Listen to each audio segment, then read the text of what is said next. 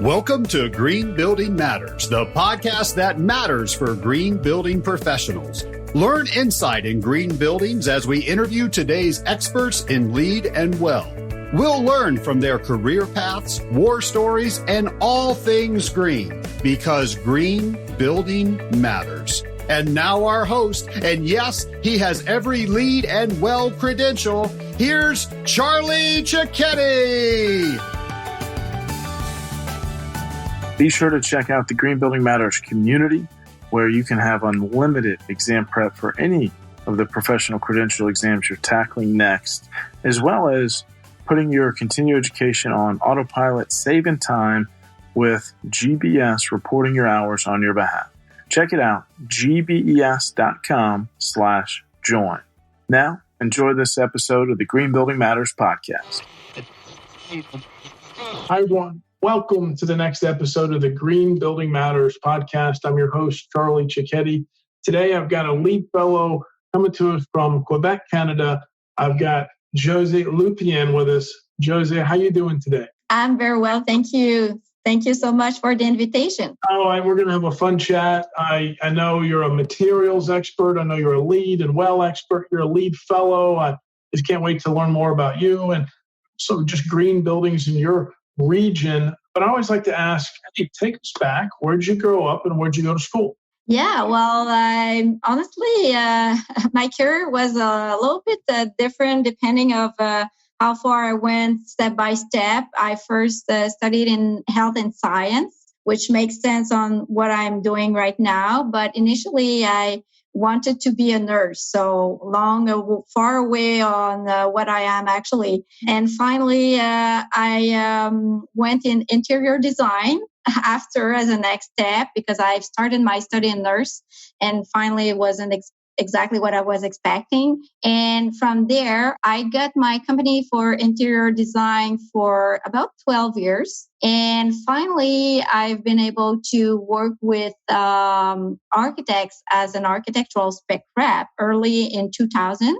And finally, I found that green building at that step was something very interesting and the well-being of the people. So it was all aligned with the health and science. You know, as I like to take care of people, that my first idea was mainly to take care of people. So for me, it was quite clear on the green building focus was my future career. We founded our company, my husband and I, in 2008.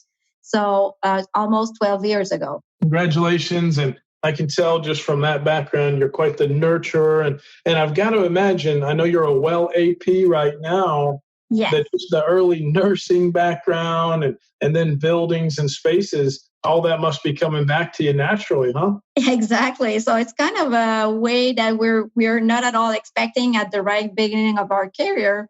But as far as we move forward in life and with the experience and opportunities, so it just makes sense to go in the direction we should go. Fantastic. Well, was there maybe, though, an aha moment? Or just when did you really, really know, though, okay, green buildings, that's what I'm going to do? Did something happen or you just kind of gravitated towards it? I can almost tell you the date and time. So it's clear enough for me. As I said, I was for an international company, an architectural spec rep. And in 2002, we were at the first LEED projects in our region. And so finally, for me, I was so curious about what is LEED. You know, at that time, we even had a hard time to do waste management under construction. So imagine we were far away of what we are now. And so finally, I became a volunteer for CAGBC, Canada Green Building Council. I was a member founder of Quebec chapter. And so I was also part of the board, sitting on the board as a member and even a president for 10 years. And over the time, it was clear that finally it's my goal in my life to do something for the environment, for the people. And then I decided to leave my employers, which I was working for 22 years, and no any more pay, any more pension, any more vacation. So we go from there. And on top of that, my husband came and also decided to leave at the same time, almost 4 months, away from my, when I left at first. And yeah, we became quite fast company early adopter, should I say, in 2008 on green building certification. Wow, congratulations. Well, one thing we've got to clear up for our listeners, because there's some listening all over the world. Doing LEED in Canada, how is it different? Do you have to use a slightly different version through the Canadian GBC, or no, it's really the same program, but maybe these credits are a little harder to do? I don't know. How is LEED a little different in your region? Yeah, first thing we should just recap a little bit that initially LEED, as we all know, come from the US GBC. And then the CAGBC, Canada Green Building Council, was founded in 2004. And from there, we first had to adapt the rating system and the reference guide for, let's say, as example, some standards adapted for our region. Example for energy. At that time, it was a challenge for the CAGBC to go through all the approval steps with the USGBC. But the thing is, finally, we even got our documentation in French, imagine. So, yeah, it's a very, very wonderful job that the CAGBC did with the US Green Building Council. And over the time, I think so the relationship is really there. And then we now have to refer to the international rating system with LEED v4. But before that, all versions of LEED 1.0, 2009 were adapted to Canada, to our region. So, and there was not that much difference, honestly, mainly on regional materials. The radius was a bit different, and the feasibility on some credits maybe were different, but what I felt is the USGBC for sure was always a bit in advance. And from there, our challenge for me was, is still that we have as a second step, we have the newest things available because it has to go through first USGBC. So that might be my comments overall. That's very helpful. Thank you. Because I knew it's a little different there. But just for all the listeners, Canada really is number 2 for amount of LEED professionals, LEED projects. I mean, it's definitely a great green building rating system to use. Josée, obviously that's that French accent you've got. So you've been in Quebec for most of the career. Is that right? Yes, absolutely. Yeah. I would love to live in California, but I'm born in Quebec. Funny, I love it. Did you have any mentors along the way, or just someone you looked up to in this sustainability movement? I have to be honest. It was mainly the overall network that over the time we built in green building, because let's say just as a Quebec chapter and CAGBC, I've been on the steering committee, also with the CAGBC. And for me, it's really about the collaboration. It's not only one person that made the difference for me because, every person may have an expertise or an idea or a vision on specialty or something different that for me, it makes sense that it's not only based on one person, but for sure, when we founded the Quebec chapter in 2004, we were about less than 10 people around the table at that time. And for sure, we were very sharing ideas and vision all together. So I would say it's mainly probably the Quebec chapter and the CGBC would be, and the network around, that community, I should say. Wow, what a small group at first. I'm sure it's very large now, but probably a passionate group of peers to do that work together. Mm-hmm. Thank you for sharing. Tell us more about your firm and what's keeping you busy today. What kind of work do you do? Yeah, I have 3 different divisions. Vertima, we first are for sure managing LEED projects, zero carbon projects. So that's a big part of our business part. revenue. On the other hand, we have different team members specialty on life cycle assessment. So what we do is environmental product declaration, health product declaration. Actually, we are the only Canadian company that are approved as preparer and verifier from HPD Collaborative. I'm also involved with HPD Collaborative. I'm on their board of director. So it takes me time, but as far as I'm part of the community, for me, it's always important.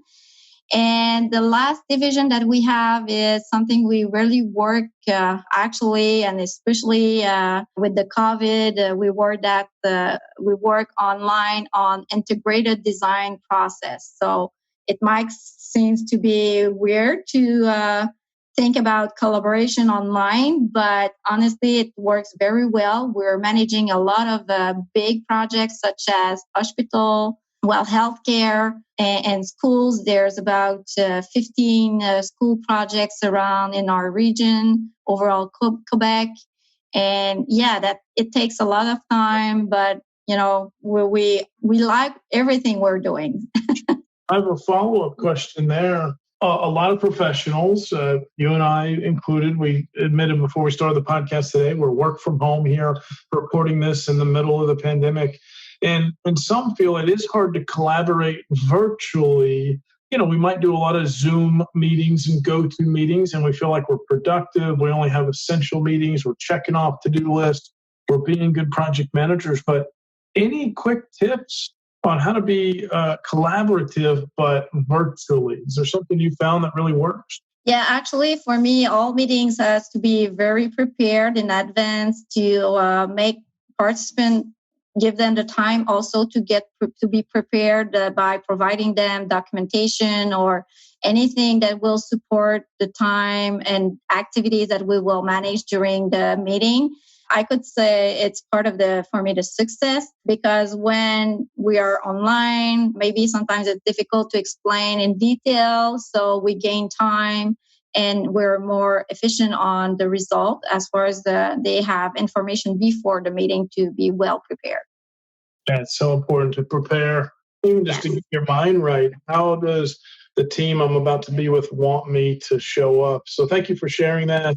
Tell us about some cool projects you and your team have worked on. Actually, it could be my first LEED project, or it could be my last one that I just signed, which is a 5-year project on healthcare, over $100 million. It's kind of very exciting project. And actually, for me, every projects are exciting in terms of the challenge are different from one project to the other. The project team is different, actually. And so, for me, it's always the end result that makes it very exclusive, because we all want to do our best and make the client satisfied. And on top of that, I have good environmental results, and such as the well-being of the people. We do work with promoter, actually, that I really like to work with, because they are aligned with everything that is going on. Let's say it's going to be maybe the well health and safety, or even a well certification, or a LEED project for new construction, for operation and maintenance LEED certification. So they are looking for overall, green building is not just one time in life. It's going to be something that evolve over the time, and the objective might be different over the time. So I love to work with organization on the overall big picture of the direction. So for me, that's probably the most important with each client, and that's part of the success of what's going to be the results. I can tell you really love what you do. So let's look back on that highlight reel a little more. It's a humbling question, but what else are you really proud of? For example, I've got to ask about your LEED fellow. Congratulations. What did that mean to you to get that high honor? Yeah, that's a good question. That's a good one. Because honestly, I was initially shy to promote myself as I would say a high person in the level of the knowledge and the contribution of my contribution to the green building industry. That's not something we are, at the first step to say, hey, look, well, I'm the best. So it's not my style at all. So finally, people around me and my network told me one day, hey, Josée, you should apply to be a LEED fellow. I said, no, come on. How could I apply on something that I will just be, the one that's saying, I'm good, I'm fine. So finally, I've decided to follow their advice, and people supported my, all the process to support my candidature. And so from there, I've received my LEED fellow, and I was so surprised because, when you're doing things because you think it's the right thing to do, is good, but you never have in mind that it's going to be recognized. It's for me, how was the time of my life that I really have been recognized for something I did for me that was natural to do. So yeah, absolutely. I was very proud. And the other thing is I was proud also to pass my WELL exam, which it's not so easy to pass the exam. I used the tool of your organization, by the way, Charlie, to support me on that. And that's mainly the exam pre-prep that made the difference. So yeah, absolutely. I passed the first time and I was so pleased because honestly, it was a hard one. No, absolutely. It is. And, we've been doing the practice tests and exam prep for a long time. And I really appreciate that. Actually, over 12 years now. It's hard to believe. Well, let's talk about the future of our green building and sustainability movement. What should we be reading up on now? What are you tracking? What do you think's around the corner? So the carbon footprint is really the focus, and the well-being of the people. For me, it's the two-way. It's really the two direction that we may feel in the market that are really present on the focus that people are looking for. For sure, the green building certification are still, and they will be part, but on top of that, the thinking behind doing something or having a direction for a company or a promoter or even an owner, for what I see actually that is really the direction is all about the carbon footprint of even the organization, not just for the building. And for sure, the well-being of the people in their environment is really important because we all know that we're short staff. We need to have qualified people. We want people stay in our organization. So we have to offer a little bit more than over I should think, on or refer to even my parents. At that time, they were looking for an employee for life, but not now, not at all. Yeah. So, yeah, we need to take care of the people around us and build something that we have the same values and it reflects on our mission, whoever we are, on both employers and employee. So that's the way we connect, and then we can move forward and all work together. Let's talk about both of those, because I agree, and some others on the podcast have said what you said, which means, hey, if you're listening, you need to pay attention to carbon and to just the overall wellness movement, not just in your buildings, but in your company. So let's talk about carbon first. Do you see in Canada some laws that are lining up more with not just efficiency, but with carbon mandates? I know we see that in New York City now, first city in the United States to really come out strong with carbon limits for our buildings on the efficiency side. But what's happening in Canada when it comes to how do we push this? Yeah, the objective by 2030 on reducing carbon is really aligned with different cities. Let's say, just as example, in Montreal, by 2030, they are looking to reduce GHG emission for 20%. And I think so they just changed it for 30%. So it's a big challenge, and we're not that far. It's less than 10 years ago, in 10 years in the future. So yeah, we can absolutely feel that the cities are, even the province are targeting some objective related to reducing their carbon footprint. And it's not, as you said, it's not just for how we we consume in energy or how we perform on energy consumption, but it's also on transportation, also related to circular economy. Yeah, embodied carbon. Embodied carbon, social. We do have the C40s challenge.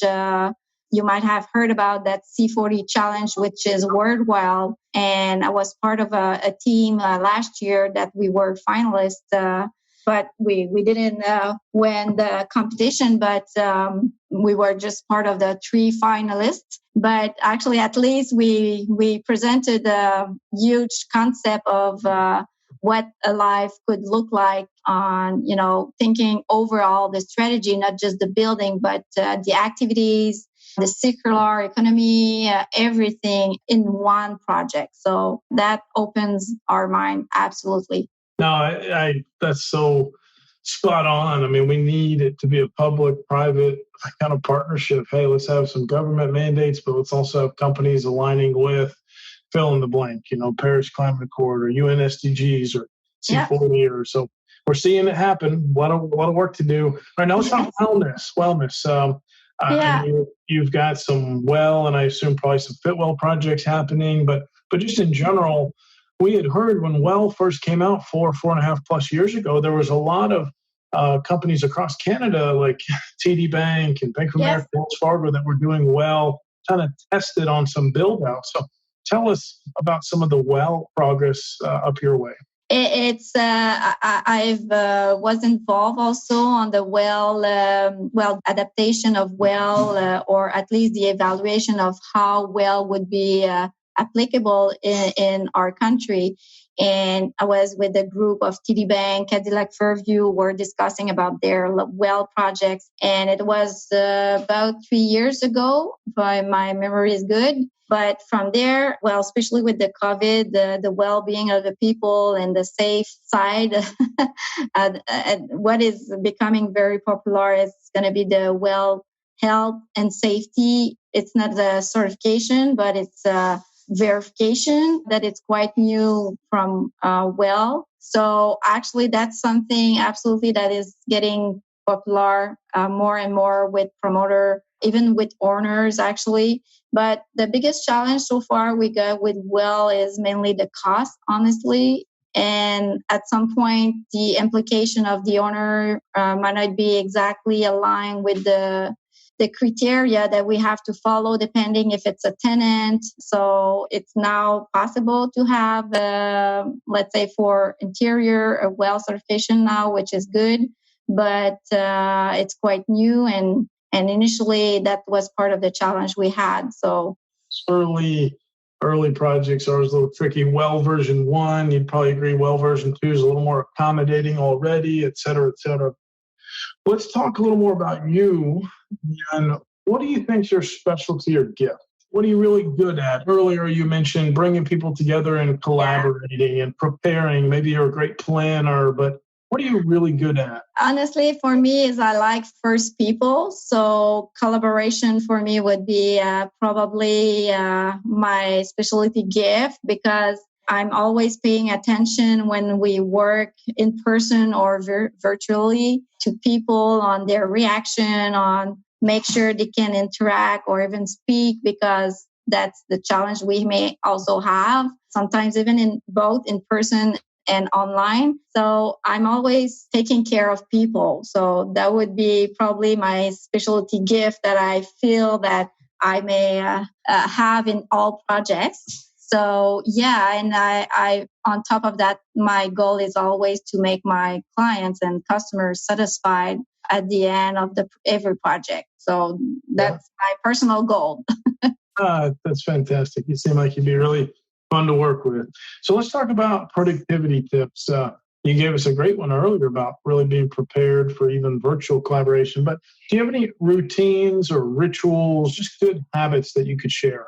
I do, but it's kind of always, it evolves over the time. Just as the big change we had to face with COVID, we had to reinvent how we were working. Let's say, just as example, for the integrated design process, that was quite a big change to not do these session in person. So, but my day-to-day look like maybe really simple management tool project, OneNote that I can share with my team, really connect with my team as much as possible. And I have to work a little bit on my time management. So I might not be the best person to talk about a tip on that side. But again, as I'm always willing to help people. So at the end of the day, it might be only my things that I didn't cover on my task. So it's not the best scenario, I should tell you. No. But I think so. The focus should be one tip I can share on having something to do and keeping the focus on it and go one thing at a time. That's probably my best advice. That's some good wisdom, and you have to ask, why don't we listen to that? But you're right. Focus on one thing until it's complete, and then move on. Yeah. Don't multitask. It's tough, but that's a great tip. So as we get to know each other more, I'm a fan of the bucket list. Are there one or two things you could share that maybe are on your bucket list? Well, my bucket list is, again, I like to be involved with every market, even on international side. So for me, I like to share knowledge. I like to work with the organization to, even on both share my expertise, but on the other hand, also getting more expertise with more people that we can share. So that's one of my goals that I have on my bucket list, to try to have more time to be involved in different organization committees that I could be a volunteer or on the board or committee. So that's part of one of my objectives. But also, it's always a challenge to be update on green building certification there. So there's always something new to learn and be accredited professional. I may look for another accredited professional LEED for existing building. As far as I have the ID plus C, BD plus C, might be good for existing building, because this is something I look for over the time. I'm pretty sure it's going to be more and more popular.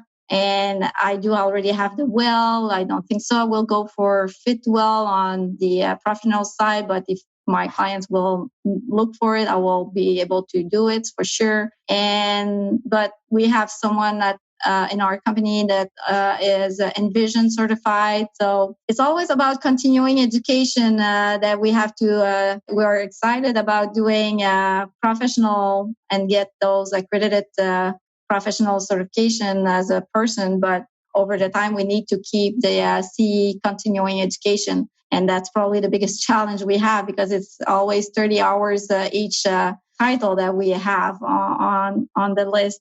It's a lot of hours, and if you got more than one, you're right, it adds up. It's 30, 36, and keep on. Exactly. Yeah. Even if you're a LEED fellow, you're not. You don't have any exemption. It's funny. Yeah. Well, I got to ask on the bucket list though, when it's safe to travel again, is there a certain place you'd love to go to or go back to? Oh, that's good. I went to Los Angeles for my LEED fellow. So for me, that would be a good souvenir to go back there. But actually, in Europe would be great too. But actually, it's quite hard to think about traveling on the situation. I'm so pleased to be at home, because I traveled a lot over the last 6 months. So I feel very well at home, which is maybe curious, but for me, it's just a kind of a good moment that I'm spending every time that I'm at home, compared to the times I had to travel a lot. Yeah, I think everyone's really appreciated home more, just having to embrace it. So yes. Fantastic. Just a couple more questions. Let's talk about books. Is there a book you'd recommend? I used to ask my husband to read a book and just share the story with me because as I'm working a lot, I don't have that much time to read. And when I'm trying to read the book, then I fall asleep, I have to go to sleep when I'm reading a book. But what I read is really short story on standard, on, more on the technical side that I'm always pleased to learn. It's just shorter than reading a book. But for me, my favorite books are more on biography, on, something interesting on history. So that's mainly what I would love to do. But honestly, I don't have that much time. And so that's why I share with my husband we have a deal. So he read the book. And so from there, he just tell me the story. Oh, that's so good. It's good to have someone that can summarize it. Yeah, my wife likes fiction, and I like more nonfiction and business, entrepreneurship, and that's funny. But okay, so two more questions here. One is there anything you wish you'd have known earlier in your career? Maybe, yes. On the human resources side, when I started my company,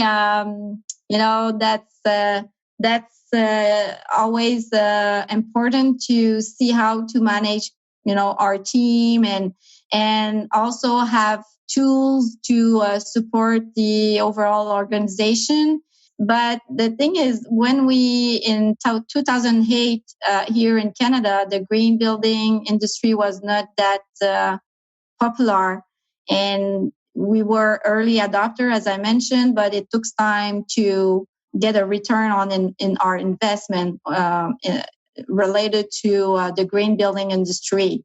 So yeah, that my wish list would be to have a better understanding of the added value of green building, but mainly for our client, because we were mainly one by one, each client, we were trying to explain what are the benefits and everything. So it was quite hard to, over the time, gain on, the end result was good, but they were not good as it could be if the industry and the minding of the people were there at the right beginning. So we had to go step by step, honestly. Step by step, yeah. Well, let's say there's someone listening to this podcast right now. Maybe they're just changing careers. Maybe they're getting out of college and passing their LEED Green Associate exam. What words of encouragement do you have for someone that's jumping into the green building movement right now? If you believe that's the way you should go for it. No matter what you're going to do, it's going to be helpful different ways, but absolutely everyone could support the green, the well, whatever you look for, and you feel that you have aptitudes and you believe that it's going to change the world, go for it. Because it's never too late. My husband and I, we had 40 and 50 at that time in 2008. So now you know my age. So yeah, actually, it's never too late. If you believe in what you're doing and how you can change the world, go for it. And I encourage you to jump in the green building movement. Absolutely. Jump in. You heard it here. This has been Josee Lupien coming to us from Quebec, Canada, a LEED fellow and just an amazing, passionate green building professional. So Josee, thank you so much. Well, my pleasure. And thank you everyone for listening, and hope we will find or work each other at some point somewhere in a green building project, or no matter which one, but always pleased to share with people. Let's do it. Thank you so much. I just want to say thank you to our loyal listeners. We actually are celebrating over 1 year here on the Green Building Matters podcast. Me and the entire team were stoked and just so glad you continue to listen every Wednesday morning to a new interview with a green building professional here in this industry, or just some pro tips that we want to make sure that you are getting straight from us, straight to you. Thank you for listening to this episode of the Green Building Matters podcast.